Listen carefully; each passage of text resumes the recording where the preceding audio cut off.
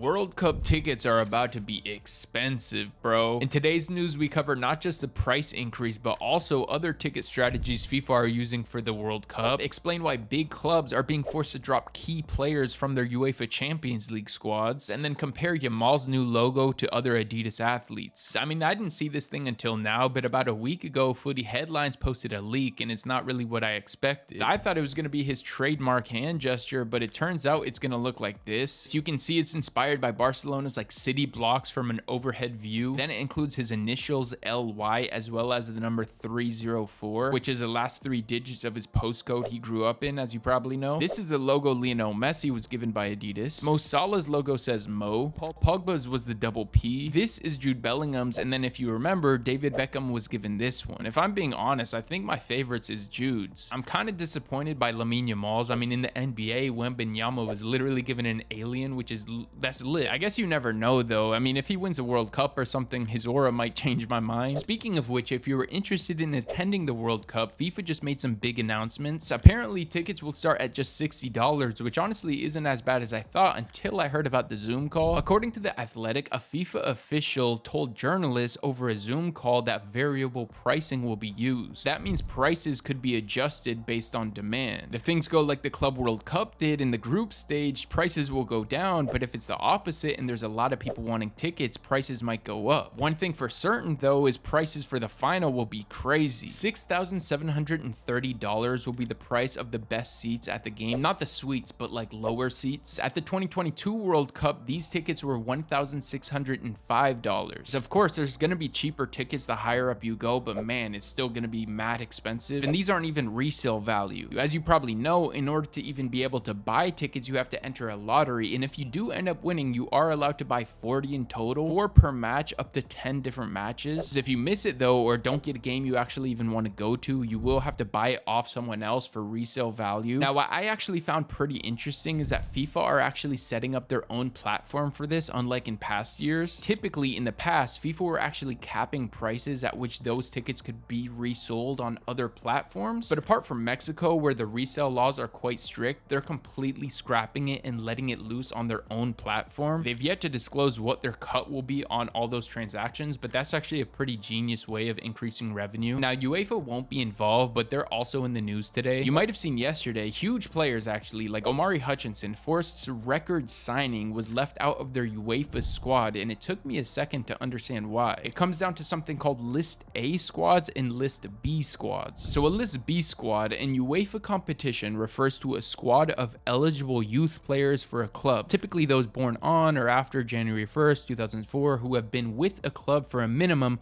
uninterrupted period of 2 years since their 15th birthday. That's why Max Dowman wasn't eligible for that squad and had to be included with the senior players. It's the same thing for Rio too from Liverpool. Even though these guys are 15, they're like academy players, they're not eligible to play because they haven't been with the club for 2 years after turning 15. Dowman is literally 15. He'll become, if he starts before he turns 16, the youngest player ever in the competition. And then Rio is 16. He just joined Liverpool a year ago. List A squads though can be a maximum of 25 players, but 8 of those must be locally trained. Basically, they had to play for that club or another club in that country for 3 years between the ages 15 and 21. The thing is, if you don't have at least 4 of those players, you're punished and your squad size goes from 25 to 22, and that's exactly what happened to Forest. A lot of their new signings missed out, including Omari Hutchinson. Anyways, there was other news today, including some Brazilian dude, apparently, I don't know why, like Neymar needs any more money, but he decided to write Neymar into his will, and he's actually pretty wealthy. He got like a lot of properties, investments, he got money, and I don't know why he's giving it to Neymar. Anyways, that's all the news, and I'll catch y'all tomorrow.